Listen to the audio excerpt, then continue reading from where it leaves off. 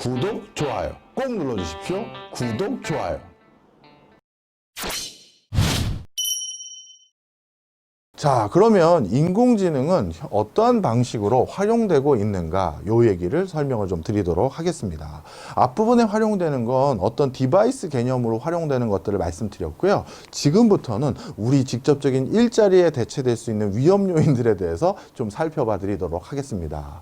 인공지능 분야에서 최고의 학술적인 저널이 하나 있는데요. 바로 AI 매거진이라는 것입니다. 이 AI 매거진은 인공지능 분야에서 프론티어하게 연구되고 있는 다양한 파트들을 지금 어떤 형태로 전개되고 있는지 다 확인할 수 있는 학술지인데요. 자, 이 AI 매거진에 2007년부터 2017년까지 세계 인공지능 학회에서 가장 혁신적인 인공지능 기술로 지금 개발이 완료됐다라고 보고됐던 그 내용들이 어느 분야의 몇 건인지를 카운트한 그 결과표입니다. 2007년부터 17년이니까 10년 가까운 연구 성과들이죠. 자, 그래서 이 부분은 이미 개발이 완료됐습니다라고 한 내용이 바로 여기인데요. 가장 많이 인공지능 기술의 개발 완료가 보고된 거는 일정 계획입니다. 할당하고 기획 같은 거죠. 무슨 얘기냐면 진짜 자비스의 역할이에요. 우리 아이언맨이 자비스에게 오늘 일정 뭐지? 오늘 뭐지? 뭐 이런 거 막 대화하잖아요. 바로 그 기능이에요. 오후 2시에는 누구 미팅이 있고요. 어디에 뭐가 있습니다. 라고 하면 그 2시 미팅은 취소됐다고 좀 전달해줘. 그러면 그 자비스 비슷한 게 나중에 전화까지 해주겠죠. 왜냐하면 제 전화번호부에 그 사람이 있잖아요. 그럼 그분에게 전화를 해서 죄송합니다. 저는 인공지능 비서 누군데요. 우리 누구께서 그날 약속을 언제로 미루자고 하셨습니다. 하면서 노티스 해줄 수가 있는 거죠. 그리고 나의 동선이나 나의 그 다음 시간에 안배를 해서 최적화된 일정을 계획해준 그 일정 관리. 이게 인공지능 기술로 가장 많이 연구되고 있는 분야고요. 그 다음 두 번째는 경고, 감시, 감사, 사기 적발이에요. 무슨 얘기냐? 뭔가 일리걸한 일들은 정상적인 행보에서 벗어난 무엇인가가 일어나게 되어 있습니다. 바로 그런 패턴들을 분석해서 이거는 경고, 뭔가 위험 요인이다. 이거는 정품이 아니라 비품이다. 이거는 불량품이다. 이런 것들을 확인해 주거나, 그리고 통상적으로 회사에서 정규적으로 일하는 시간이 아닌 시간대에 들어와서 누가 로그인을 한다든가, 누가 봐서는 안 될 파일을 열람하던가, 이런 것들로 내부 컴플라이언스들, 이런 감시 감사 역할들, 이런 것들을 충분히 인공지능 기술로 개발했다라고 발표된 게 6건이고요. 협력 학습 교육이죠. 학습자마다 상황이 다 다르기 때문에 그 사람의 상황에 맞게끔 적합한 콘텐츠들을 제공해 주는 거, 이런 것들이 6건 있고요. 진단과 검출, 이런 것들도 바로 5건이 있습니다. 자, 그 다음에 필터링, 선택, 랭킹, 즉 내가 무엇을 선택해야 될지 고민됐었을 때 인공지능이 이렇게 추천을 해주는 이런 기능까지도 있다라는 거죠. 자, 그렇다면 이렇게 기능으로 분류됐던 것을 제가 한번 이거와 관련된 역할을 하는 직업으로 한번 바꿔보도록 하겠습니다. 어떻게 되느냐? 뭔가 이렇게 일정을 계획하거나 할당하는 것은, 일정을 기획하는 것은 흔히 비서나 일반 행정직 역할이 되겠죠. 따라서 지금 어디 사무실에서 이렇게 회사의 전반적인 일정이라든가 아니면 납품 일정을 계획하거나 아니면 회사 간부님의 일정을 관리하고 계획하는 업무를 하시는 분들이 있다면 어느 순간 그게 내 일자리의 대체제가 인공지능이 될 수도 있겠구나 고민을 한두 번은 해보실 필요가 있겠죠. 그럼 많은 분들이 이렇게 생각할 수도 있어요.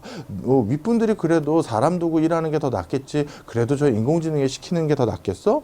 그 다른 이유들로 인공지능에게 시킬 수도 있겠죠. 예를 들어서 인건비를 세이브하길 원해서, 아니면 모든 사장님이 비서와 궁합이 딱 맞는 경우는 아니거든요. 때로는 저 친구는 왜 이렇게 일을 자꾸 이렇게 미스를 내? 이런 경우들도 있겠죠. 바로 그런 이유들로 인해서 어느 순간 이렇게 바뀔 수도 충분히 있다고 저는 생각이 듭니다.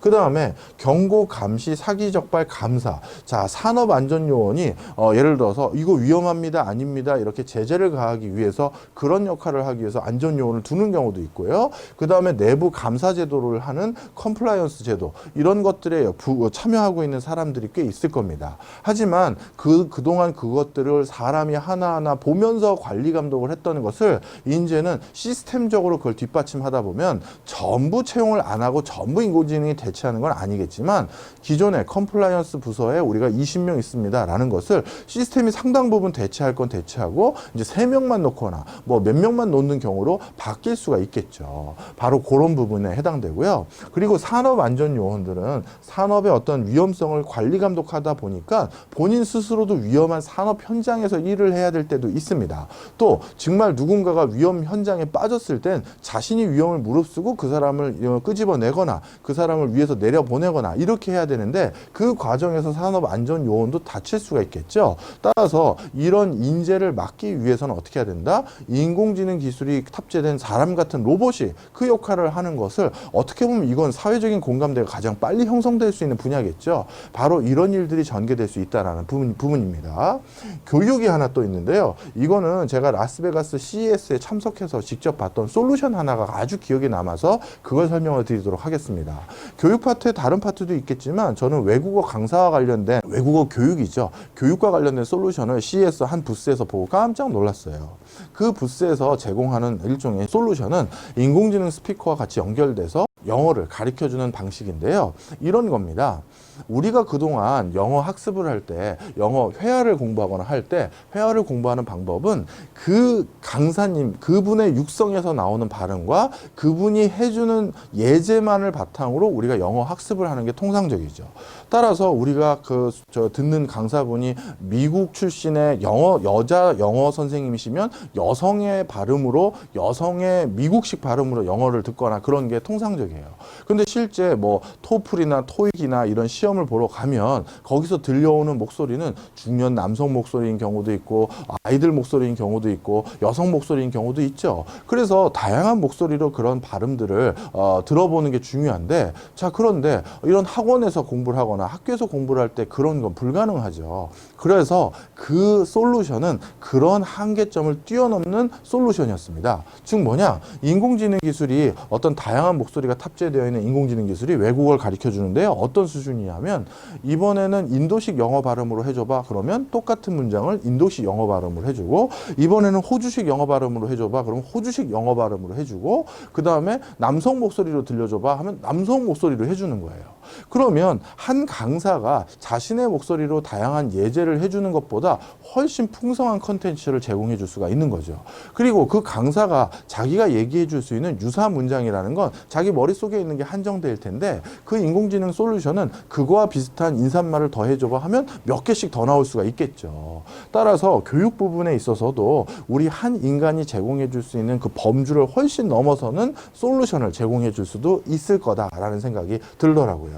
그 다음에 이 부분이 어떻게 보면 이번 주제인 인공지능 전문직의 시대를 종언하는가와 관련이 있을 텐데요. 자, 진단과 검출이라는 파트는 전통적으로 누가 해왔느냐? 전문직만 할 수가 있었습니다. 예를 들어서 대표적으로 이 사람의 몸이 아픈지 아니면 이 사람이 어디가 아픈지를 진단하기 위해서는 다양한 임상적인 징후를 우리가 바이탈 사인이라고 하는 기본적인 예를 들어서 심박동수, 호흡 주기, 혈압, 아니면 체온 이런 거 다 재고, 그것도 모자르면 CT나 MRI 다 찍고, 그런 다양한 복잡한 정보를 다 취합한 다음에 아무리 봐도 이번에 무슨 뇌경색이 좀 있으신데요, 아니면 당뇨가 오신 것 같은데요, 이런 나름대로의 그 수많은 병증 중에서 뭐라고 확증을 딱 하는 거잖아요. 이런 진단은 굉장히 복잡한 변수들과 다양한 어떤 매칭이 이루어져야 되기 때문에 그동안 그래서 이런 것들을 할 수 있는 사람들을 고도의 학습과 훈련이 되고 숙려 기간이 있었던 전문직 중에 하나인 의사만 할 수 있었던 거예요. 그런데 이런 난수표에, 우리 일반인들이 보기엔 난수표에 가까운 이런 일들을 인공지능은 할 수가 있겠죠. 왜? 똑같은 정보를 넣어주는 거예요. 체온은 얼마고, 혈압은 얼마고, 심박동수는 얼마고, 당뇨 경험은 있는지 없는지 뭐고, 알레르기는 있는지 없는지 뭐고, 이런 거 다 체크해서 딱 넣어주고, 그리고 CT 차트도 넣어주고 MRI도 넣어주는 거예요. 그랬더니 딱 봤더니 대장암이네, 딱 나올 수가 있겠죠. 따라서 얼마든지 의사를 대체할 수가 있습니다. 그 다음에 진단 뿐만 아니라 검출도 마찬가지. 진단 중에 대표적으로 이런 것도 있죠. 기업들 간의 특허 분쟁.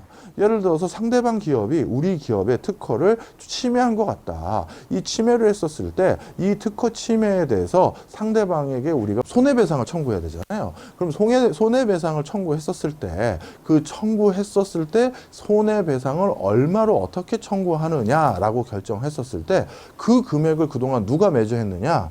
변호사들이 했습니다. 다양한 판례 분석하고 유사 사례 분석하고 적정한 경제적 피해 규모를 산출해서 그 다음에 딱 얼마까지 우리가 뭐 배상금을 청구해도 되겠습니다라고 하는데 이것도 얼마든지 인공지능 기술이 할 수 있게 되는 것이죠.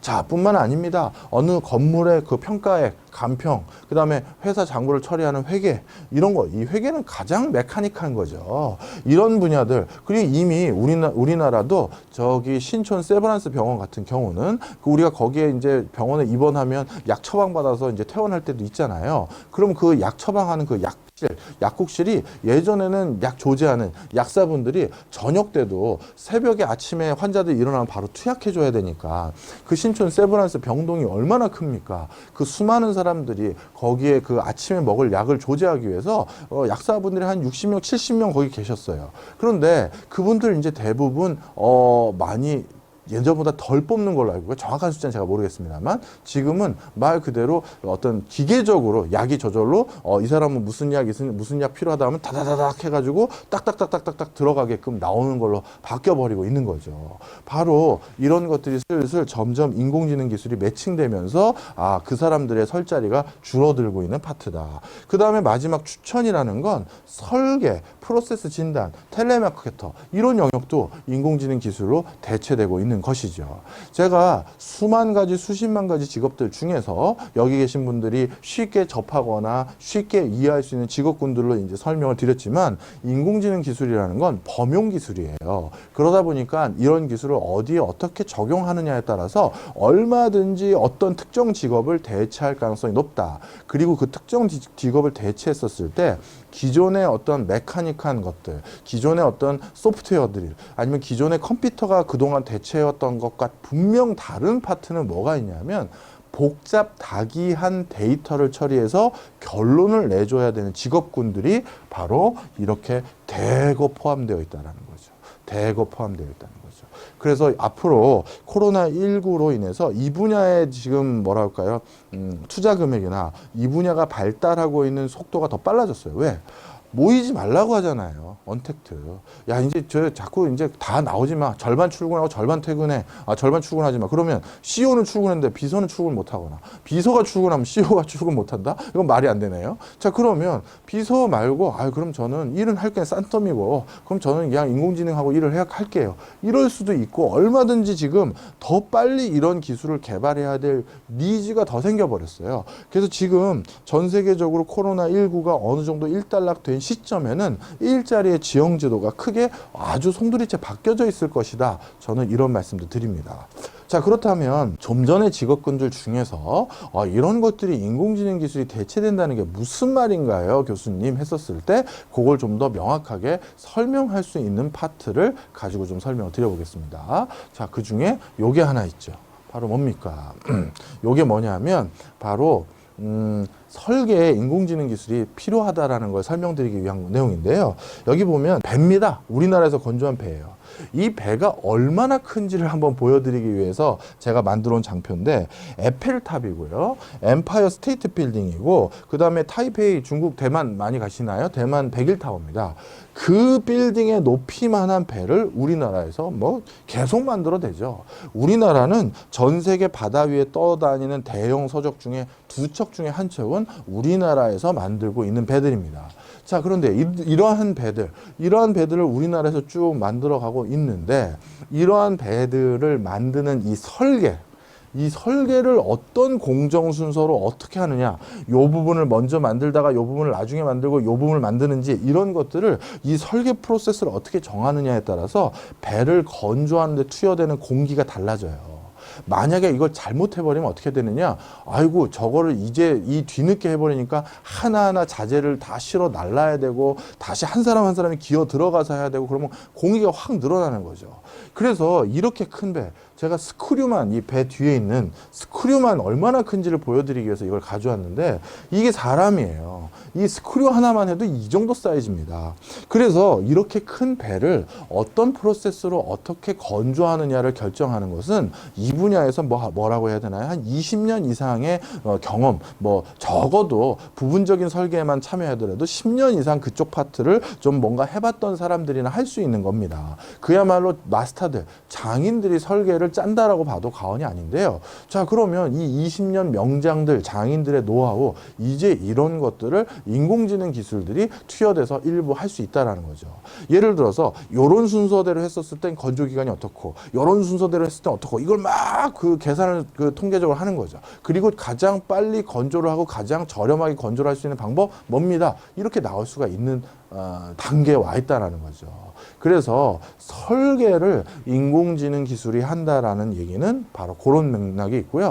또 한 가지가 있습니다. 오토데스크라는 또 솔루션이라고 있어요. 프로그램이라고 해야 되나? 솔루션이라고 해야 되나? 뭐 하여튼 그런 게 있는데, 이 오토데스크 중에서 디자인을 하는 오토데스크가 있는데요. 이건 뭐냐면, 저도 놀라웠습니다. 한번 그 현장에서 이렇게 하시는 걸 보고 어떻게 되냐면, 우리가 책상을 디자인한다 하면 지금까지는 디자이너가 상상을 하는 거죠. 책상을 뭘로 만들까? 어떤 모양으로 만들까? 어떤 소재로 만들까? 이거를 우리가 디자이너가 머릿속에 상상을 하면서 그렇게 디자인하는데, 오토데스크라는 솔루션은 그렇지가 않습니다. 어떻게 하느냐?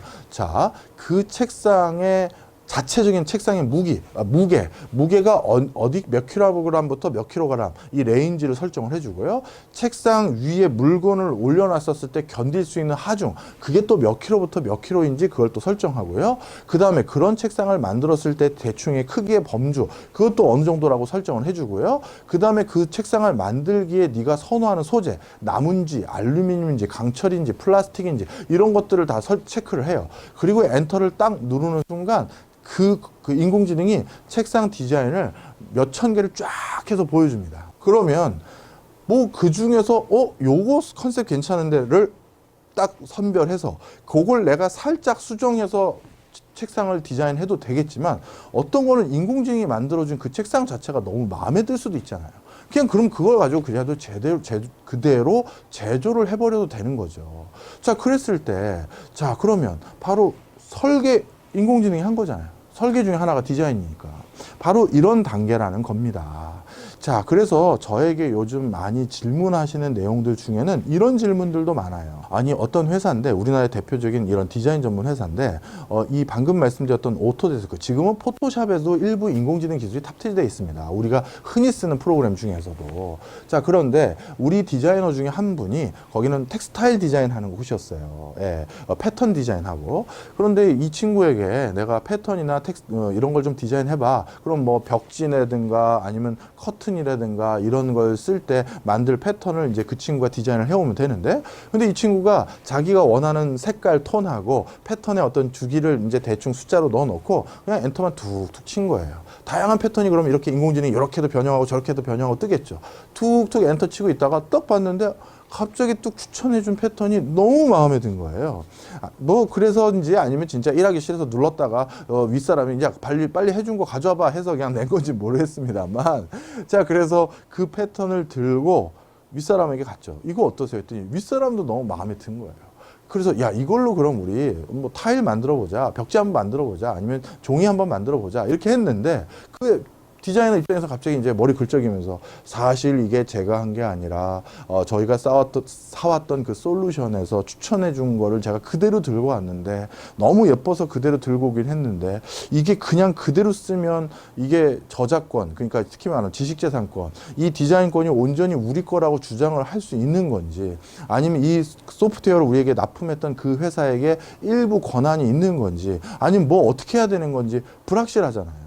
기업 입장에선 이런 법리적인 불확실성이 있는 상태에서 제품으로 그걸 출시해서 대량으로 생산한다? 이게 불가능합니다. 그래서 이런 상황에 대해서 우리가 어떻게 해석하면 좋을지에 대한 나름대로의 유권 해석을 좀 받아보고자 연락이 왔었어요. 그런데 이제 저도 제가 뭐 디자인 쪽에서도 또 뭐 하는 게 조금 있어서 연락을 했던 것 같은데, 이건 나 혼자는 내가 함부로 얘기하기가 어렵고 어디 어떻게 해서 어떻게 해보자라고 같이 찾아갔던 적이 있습니다. 바로 지금 그런 내용이 여기에 해당되는 것이죠. 자, 그래서 이렇게 가장 인간의 영역이라고 우리가 그동안 분류되어 왔던 어떻게 보면 창의력에 가장 가까운 분야, 이건 절대 기계가 하는 게 아니라 우리 인간이 하는 거잖아 라고 하는 범주까지도 지금은 이렇게 인공지능이 깊숙하게 들어와 있다, 이런 것들을 기억하실 필요가 있겠죠. 자, 이번에는 교육 분야를 한번 말씀드려 보도록 하겠습니다.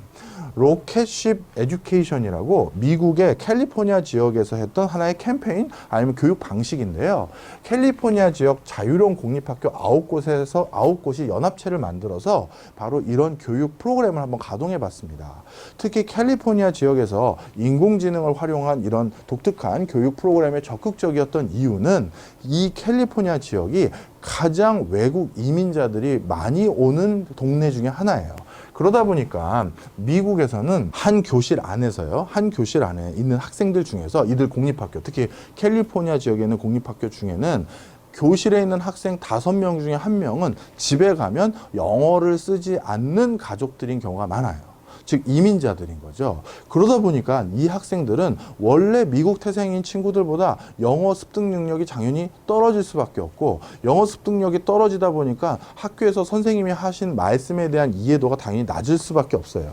자, 그럼 어떻게 되느냐? 당연히 학습 성취도가 낮아질 것이고, 학습 성취도가 낮아져서 나중에 좋은 데로 진학을 못하거나 아니면 좋은 일자리를 못 잡으면 결국 영어를 못한다는 것 때문에 소득계층이 나눠져 버리는 이런 사회적인 불협화음이 생길 수밖에 없겠죠. 바로 이런 것들을 우려해서 어떻게 한 거냐? 이 캘리포니아 지역 자유형 공립학교 9곳에서는요. 자, 그렇다면 이들 학생들에게 맞춤형 학습을 해주자. 인공지능 기술을 바탕으로.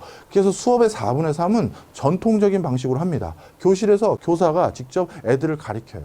이렇게 가르치다가 그러다가 어떻게 하느냐? 이 교사가 애들을 쭉 가르치는 과정에서 나름대로 퀴즈를 푼다든가 교사가 아이들 눈빛 보면 대충 이해 정도를 파악할 때가 있거든요. 저도 옛날에는 이해 못했는데 지금 대학에서 애들을 가르치다 보니까 눈빛 보면 알아요. 얜 이해했네. 얜 딴 생각했구만. 다 드러납니다. 자, 그러면 그런 정보를 바탕으로 어떻게 하느냐?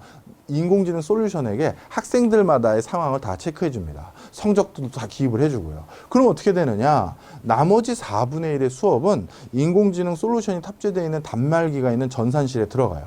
그리고 학생들이 거기에 자기 학교 학번을 넣고 아이디를 딱 넣고 로그인을 하면 그 학생들에게 보여주는 페이지가 다 다른 겁니다.